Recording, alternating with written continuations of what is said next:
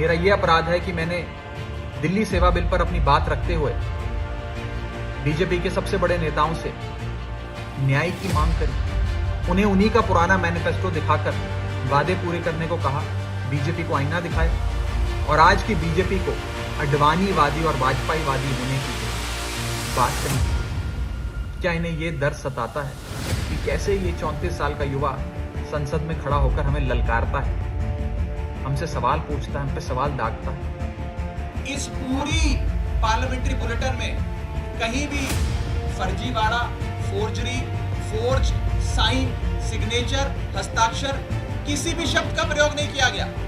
मैं चुनौती देता हूं आज बीजेपी को। आप तो इतनी बड़ी पार्टी है, इतनी शक्तिशाली, इतनी ताकतवर सरकार है आपकी, वो कागज दिखाओ मुझे जहां पर हस्ताक्षर। चुनौती देता हूं मैं आपको। अगर आप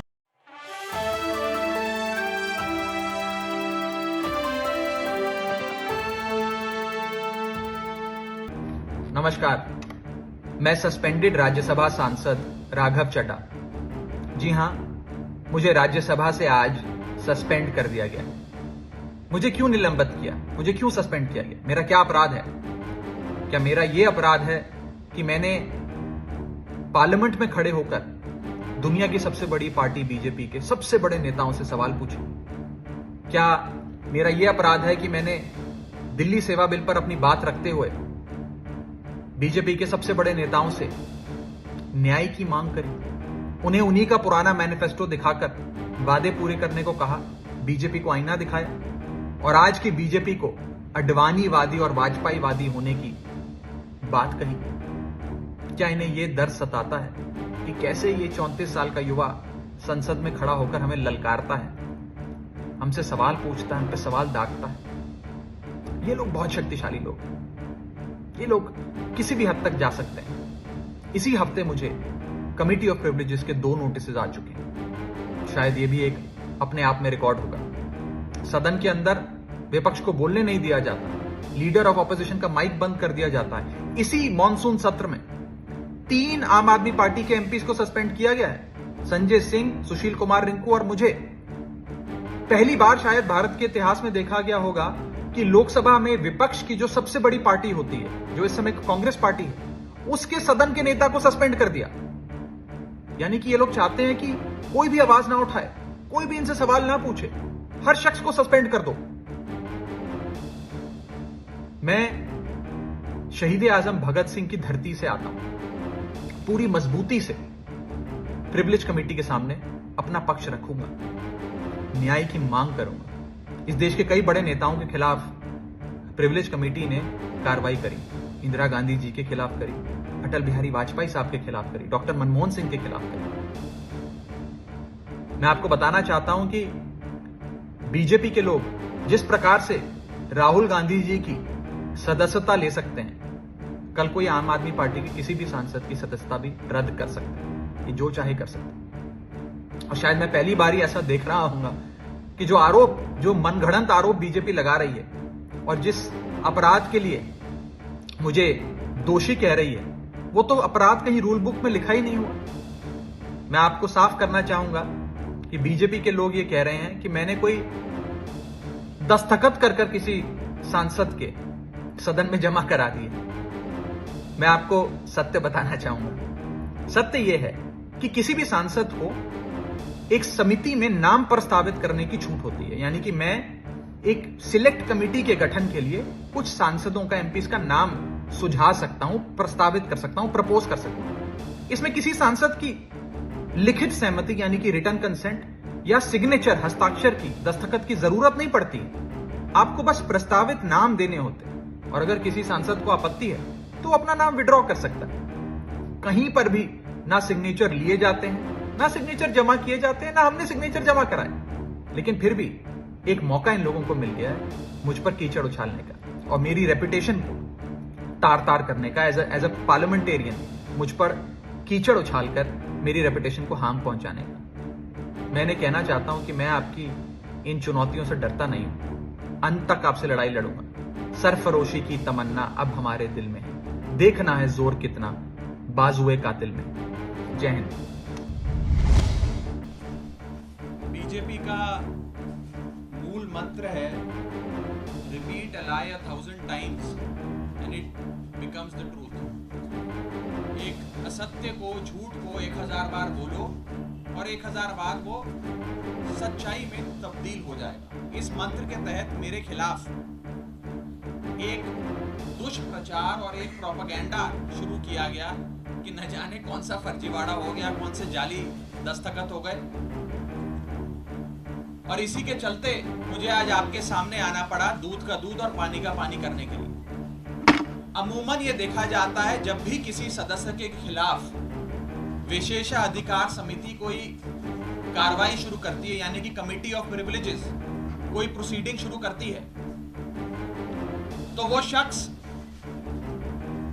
उस पर कोई सार्वजनिक बयान नहीं देता, कोई पब्लिक स्टेटमेंट नहीं देता है। लेकिन मेरे को मजबूरन आज भारतीय जनता पार्टी के झूठ का पर्दाफाश करने के लिए आपके सामने आना पड़ा, क्योंकि इतना दुष्प्रचार ये लोग कर रहे हैं। लेकिन मैं आज भी अपने बयान में ना कमिटी ऑफ प्रिविलेजेस के बारे में, ना ऑनरेबल चेयर के बारे में कोई भी बयान दूंगा। मैं सिर्फ रूल, पोजीशन और सच्चाई आपके सामने रखूंगा।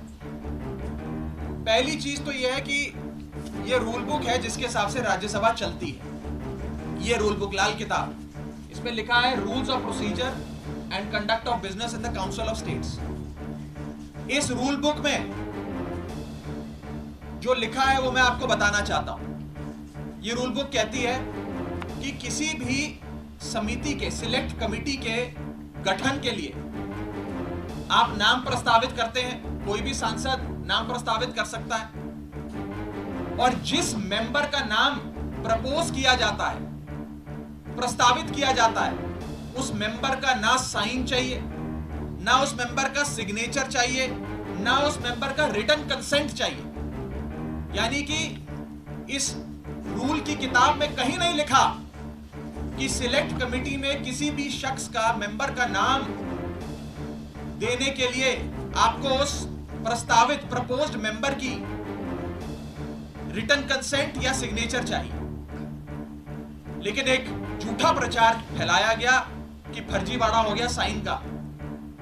मैं आपको आगे बताना चाहता हूं कि जब भी सिलेक्ट कमिटी के गठन के लिए नाम प्रस्तावित किए जाते हैं तो ना सिग्नेचर लिए जाते हैं, ना सिग्नेचर जमा किए जाते हैं, ना सिग्नेचर की जरूरत होती है।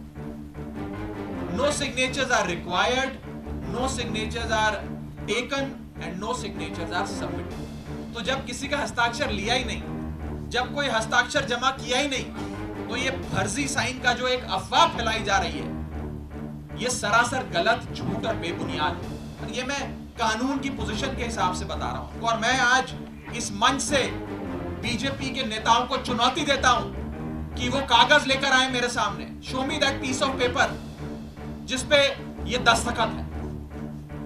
जब कोई दस्तखत है ही नहीं, जब सिग्नेचर होता ही नहीं, तो फर्जी सिग्नेचर की बात कहां से आ गई? मैं चुनौती देता हूं आज बीजेपी को।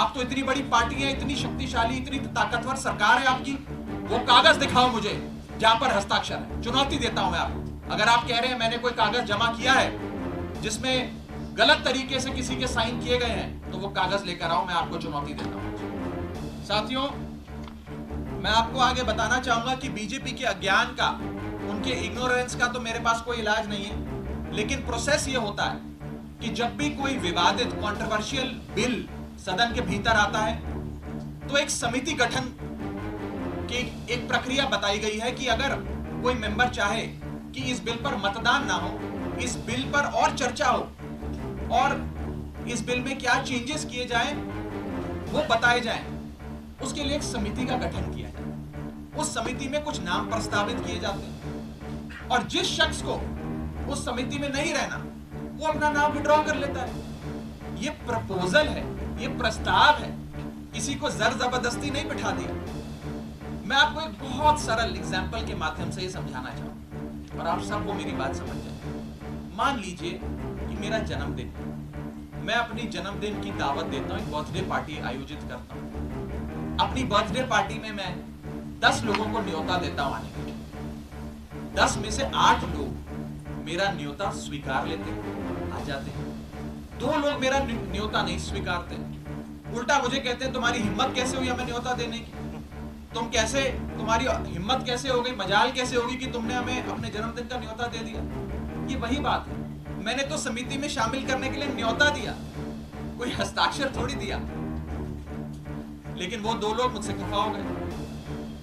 मैं आपको दूसरे तरीके से समझाने का प्रयास करता हूं। आज इस प्रेस कॉन्फ्रेंस में इतने सारे पत्रकार आए हैं, मैंने अपनी पार्टी को 10 पत्रकारों का नाम प्रस्तावित किया कि इन 10 पत्रकारों को आप आज की प्रेस कॉन्फ्रेंस में बुला लीजिएगा, मैं मीडिया से संवाद करना चाहता हूं। 10 में से 8 पत्रकार आ गए, 2 पत्रकार नहीं आए, और जो 2 पत्रकार नहीं आए वो कहते हैं इनकी हिम्मत कैसे हुई हमें न्योता देने का प्रेस कॉन्फ्रेंस का। 2 पत्रकार नाराज हो गए। ये साफ तौर पे इस समस्या का एक सरल सा एग्जाम्पल है। मैं ये बात रखना चाहता हूं कि जो मेरे खिलाफ कंप्लेंट्स दर्ज हुई, जिस मामले को कमिटी ऑफ प्रिविलेजेस को रेफर करा गया, उसका ये पार्लियामेंट्री बुलेटिन है, सरकारी डॉक्यूमेंट है। मैं आज बहुत सबूत लाया हूं दिखाने के लिए आप सबको, ताकि दूध का दूध और पानी का पानी हो जाए। ये पार्लियामेंट्री बुलेटिन है जिसके तहत मेरे खिलाफ जो कंप्लेंट्स आई उसे विशेषाधिकार समिति को विचार के लिए भेजा गया। इस पूरी पार्लियामेंट्री बुलेटिन में कहीं भी फर्जीवाड़ा, फोर्जरी, फोर्ज्ड, साइन, सिग्नेचर, हस्ताक्षर किसी भी शब्द का प्रयोग नहीं किया गया। सिर्फ इतना बोला गया कि इसकी जांच करके बताइए। अगर कोई फोर्जरी होती, कोई फर्जीवाड़ा होता, सिग्नेचर शब्द का प्रयोग तो कम से कम किया गया होता इस पार्लियामेंट्री बुलेटिन में। यह सरकारी दस्तावेज है राज्यसभा सेक्रेटेरिएट का, इसमें भी कहीं जिक्र नहीं किया गया। इसलिए नहीं किया गया क्योंकि जब साइन है ही नहीं तो साइन आएंगे कहां से। लेकिन भारतीय जनता पार्टी के झूठ का मुकाबला करना आसान नहीं है, इसलिए आज आपके सामने आकर ये बात रखनी पड़ी। और जहां तक विशेषाधिकार समिति का प्रोसीडिंग्स का मामला है, प्रिविलेज कमेटी का मामला है, इस देश के कई बड़े नेताओं के खिलाफ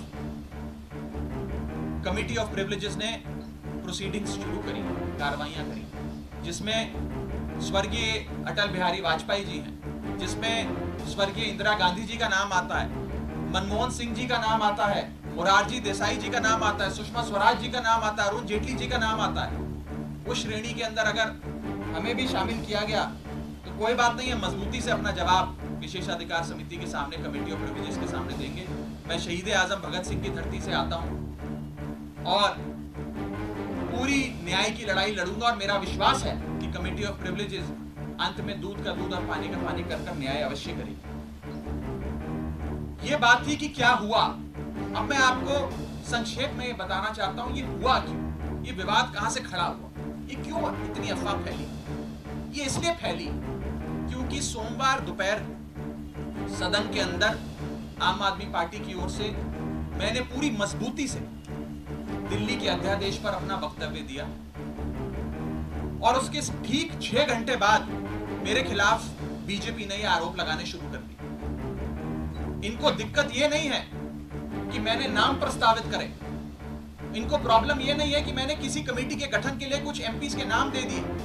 इन्हें दिक्कत ये है कि एक 34 साल के युवा ने हमें खड़े होकर ललकारा कैसे, एक युवा ने हमसे मजबूती से सवाल कैसे पूछे, और कैसे इस सुपारी जितनी पार्टी, जैसा कि गृह मंत्री जी कहते हैं, इस सुपारी जितनी पार्टी के एक युवा सांसद ने दुनिया की सबसे बड़ी पार्टी के सबसे बड़े नेताओं से देश के सबसे बड़े सदन में खड़े होकर सवाल कैसे पूछे। इन्हें दर्द इस बात का है। हमने अपने वक्तव्य में बीजेपी के पुराने मैनिफेस्टो दिखाकर उनके डबल स्टैंडर्ड्स को एक्सपोज किया, दिल्ली वालों के लिए न्याय मांगा, यहां तक कि लाल कृष्ण अडवाणी जी और स्वर्गीय वाजपेयी जी के लिए न्याय मांगा। ये दर्द शायद बीजेपी को सता रहा है, इसके चलते आज वो मेरे खिलाफ कंप्लेंट्स कर रहे हैं। ये लोग मेरे पीछे पड़ गए, बीजेपी पूरी तरीके से मेरे पीछे है। मैं आपको बताना चाहूंगा कि इस हफ्ते के ये दूसरा नोटिस कमेटी ऑफ प्रिविलेजेस का मुझे आया। It is the second time कि मुझे किसी विषय में कमेटी ऑफ प्रिविलेजेस ने नोटिस दिया हो एक ही हफ्ते में। शायद ही इतिहास में कभी आज से पहले ऐसा हुआ। और मैं ये बताना चाहता हूं कि आज के समय हर संभव प्रयास किया जा रहा है कि विपक्ष की आवाज को दबाया जाए। जैसे राहुल गांधी जी की मेंबरशिप छीन ली। हमारे 2 सांसद संजय सिंह जी, सुशील कुमार रिंकू जी, दोनों को सस्पेंड कर दिया। लीडर ऑफ ऑपोजिशन का माइक ऑफ किया जाता है। अगर कोई विपक्ष का साथी खड़े होकर अपनी बात रखता है तो सदन के अंदर खड़े मंत्री उन्हें धमकी देते हैं कि तुम्हारे घर इन्फोर्समेंट डायरेक्टरेट आ जाएगी, सीबीआई आ जाएगी, बैठ जाओ चुप करके। इस प्रकार से एक अघोषित आपातकाल लगाने का प्रयास बीजेपी इस देश में कर रही है और उनका यही मकसद होगा शायद कि मेरी आवाज को भी दबाया जाए। लेकिन मैं कहना चाहता हूं कि ये युवा आवाज है, अरविंद केजरीवाल की एक सिपाही की आवाज है, ये आवाज दबने वाली नहीं है। आप कार्रवाइयां मेरे खिलाफ जितनी मर्जी करिए, आरोप जितने मर्जी लगाइए, लेकिन ये आवाज ना दबेगी ना बंद होगी। और अंत में मैं हाथ जोड़कर बस इतनी विनती करना चाहूंगा आप सब मीडिया के साथियों से कि ये जो आप लगातार पिछले 3 दिन से बीजेपी के झांसे में आकर ये चला रहे हैं कि कोई फर्जीवाड़ा हो गया, फोर्ज सिग्नेचर है, मेरा आपसे हाथ जोड़कर निवेदन है कि इस प्रकार की झूठी खबरें ना चलाएं। मैं आपसे कहना चाहूंगा कि आप सच दिखाएं। आप लोग इस लोकतंत्र के चौथे स्तंभ हैं। कृपया कर बीजेपी के प्रोपेगेंडा में ना फंसे। एक छोटे सेक्शन ऑफ मीडिया ने जरूर एक प्रोपेगेंडा चलाने का प्रयास किया और मुझे मजबूरन उनके खिलाफ कानूनी कार्रवाई करनी पड़ेगी, क्योंकि ना रिकॉर्ड्स में, ना कंप्लेंट्स में, ना पार्लियामेंट्री बुलेटिन में कहीं भी फोर्जरी शब्द का प्रयोग किया गया है। और अंत में मैं इतना ही कहूंगा कि जिन जिन सांसदों ने मेरे खिलाफ फोर्जरी के आरोप लगाए, सदन के बाहर मैंने देखा कई सारे बीजेपी के लोकसभा के सांसदों ने बयान दिए। राज्यसभा के तो शायद किसी सांसद ने नहीं दिए, लेकिन लोकसभा के कुछ सांसदों ने मेरे खिलाफ ये बयान दिए। मुझे उनके खिलाफ भी मजबूरन कमिटी ऑफ प्रिविलेजेस में न्याय मांगने के लिए जाना पड़ेगा, उनके खिलाफ भी कंप्लेंट दर्ज करनी पड़ेगी और कोर्ट के बाहर भी, पार्लियामेंट के बाहर भी, न्यायपालिका में भी न्याय की गुहार लगानी पड़ेगी। और मैं हर संभव लड़ाई के लिए तैयार हूं। मैं बीजेपी से डरता नहीं और ना डरने वाला हूं। बहुत बहुत शुक्रिया।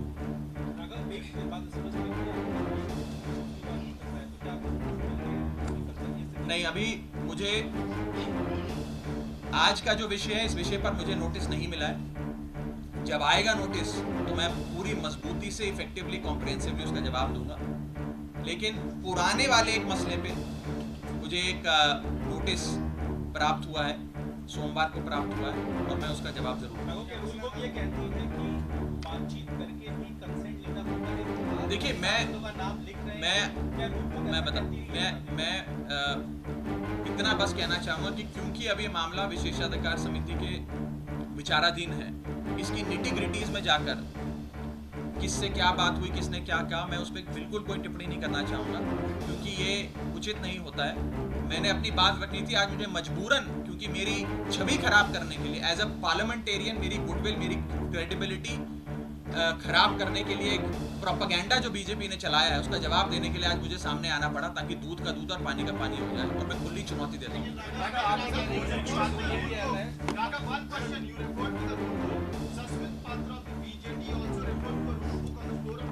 सारे जवाब अब विशेषाधिकार समिति के सामने दिए गए।